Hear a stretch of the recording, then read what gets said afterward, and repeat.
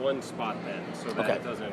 Okay. That's a good point. So it is so cold in Detroit that even the Wi-Fi router crashed and froze.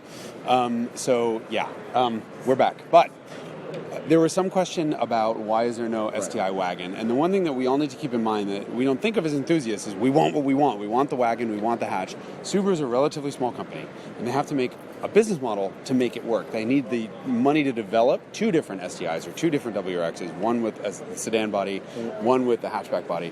And it's not always just as easy as you think. Then there needs to be production capacity in the factories to make the whole thing work at the same time.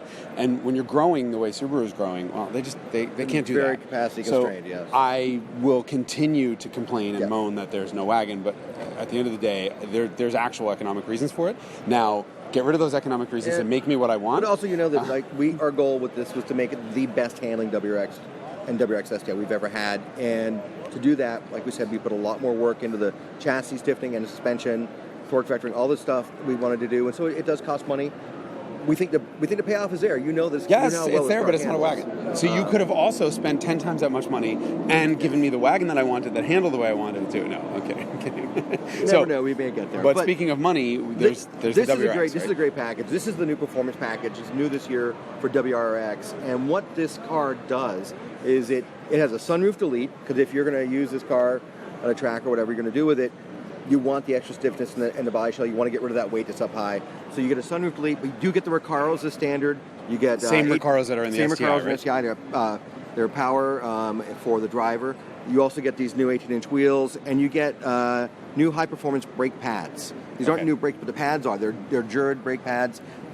They're very, very strong pads. So we think this is a great package. If you want to step in and buy a really, really sporting WRX, we're going to not announce pricing yet here, but want to make this car affordable. We want to get this out, so we know that our market for this car, there are younger buyers, and we want to make sure that we can give a really fun car. There's a big difference in price between WRX and STI. Yeah, you can start nudging like 38, 39 with an STI. This is bang for the buck. You start looking at WRX starting in the mid-20s. It's a lot of speed and a lot of performance, a lot of handling for a car that's reasonably priced, and you can use as a daily driver. Right. True. Okay, so there's a lot of comments about getting rid of the CVT and putting a dual clutch in it. I have already said, if you guys missed it on the last video, that if you want an automatic STI, I suggest you buy a Camry V6 or a some sort of horrible crossover and kill yourself. But the truth of the matter is, Subaru has to make this work. And that means they have to use transmissions that they have lying around. They can't develop a dual clutch automatic just for one low volume car, right? But somebody just said CVT is junk, and I fully agree. The CVT on this is not bad. No, it's actually not. As far as CVTs go. If you really need an automatic where you're stuck in traffic several hours a day, you can use the paddles to shift with it, and it's actually great. You can use them for downshifting as well, so you can brake into a corner, use engine braking. I mean, it's not a bad compromise if you really need an automatic. I mean, that's your decision. I'm like you. I'm a manual guy. The guys at Subaru were manual guys, and but we're pretty impressed with how well the WRX drives with the CVT. Yeah. No, I mean, look, CVTs, it's all about the programming, and this is programmed to work in a way that's not really offensive. What we're strong at, we're good at programming CVTs, and we're pretty good, I believe, at doing electric power steering. So we've done a great job with the WRX. Now, of course, you still get the hydraulic steering with the STI, but this is a pretty good system, and you'll see the same thing on the BRZ. Now for 17, that's a really quick rack on the BRZ. And actually, we're using that same setup on the new Impreza. So it's got the same lock-to-lock that we do on the BRZ. Yeah, people are still saying there's a lot of DCT comments. I mean, people really want a dual clutch, and yes, guys, I get it, but there's really nothing wrong with the CVT if it's programmed well, and this is programmed fairly well. I mean, at the end of the day, an automatic is an automatic. You either get the manual or you're going to have two pedals, and what's going on underneath is really. And like the car does sell very well. That's the thing. And if you're looking for a manual, you're kind of coming to us in the market, or you want the turbo powertrain. And this car is deceptively fast. This DIT is very smooth. Yeah. Well, in the published 5 to 60 street start numbers, I'm guessing the CVT is faster than the manual is, or as fast. Yeah, probably as fast, I would say. You can really launch these cars pretty well with the manual, though. despite the all-wheel drive. And everyone's moaning that this car does not have a wing. It does have a subtle wing. It has on a the back. subtle wing. Yes. Let's walk around and look at it. Am I correct? Yeah, there it is. There it is. Got a Subtle big wing. wing. Like if you want the big wing, just get the STI, Yeah. and then you get the better shifter, the better transmission, the way better steering, and extra horsepower. So there's that.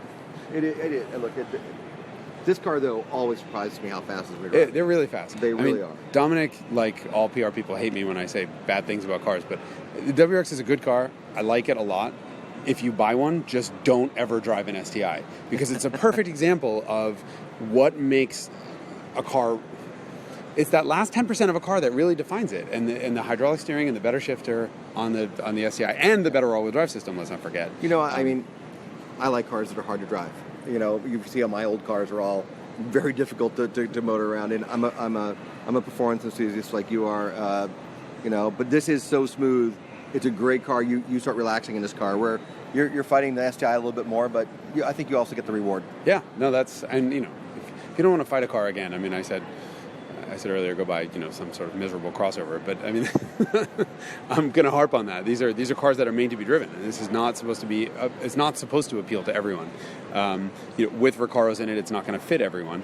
By the way, no new engines yet for STI. For those of you guys asking, No, they're not. And when are we going to see a Forester XT with a really crazy, 305 horsepower turbocharged engine by any chance? The demand really isn't right there. I know some markets have gone with an STI version. Australia has.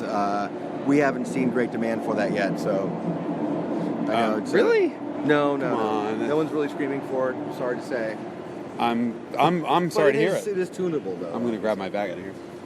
People want to see the new Recaros. Yeah. The same exact Recaros as the STI.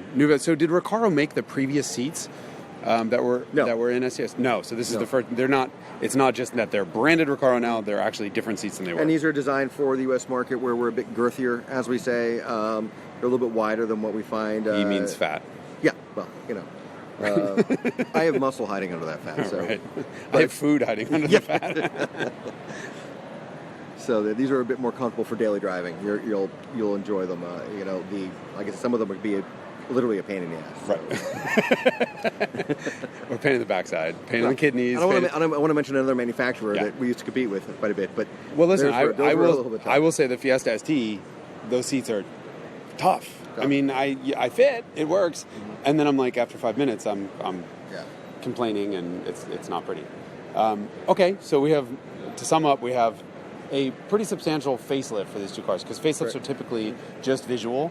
So we have new seats, new brake pads on the WRX, new 6-piston Brembo monoblock calipers with cross-rolled rotors on the STI. Yeah. Update on the STI suspension, which is pretty cool.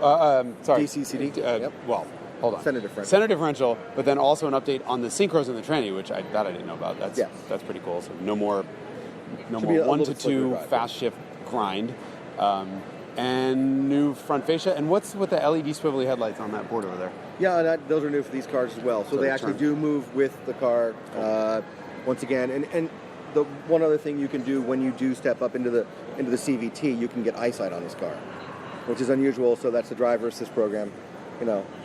Some people like it. I tell you, it's very popular. Eyesight is really cool. An automatic. I'm sorry. I know it's only available on the automatic. So. Yeah, an automatic, and new performance back. But you do have the. Blind spot detection and things like that. We still offer that on these cars without the CVT. Good. So you can actually drive your car as opposed to your car trying to drive for you or shift for you.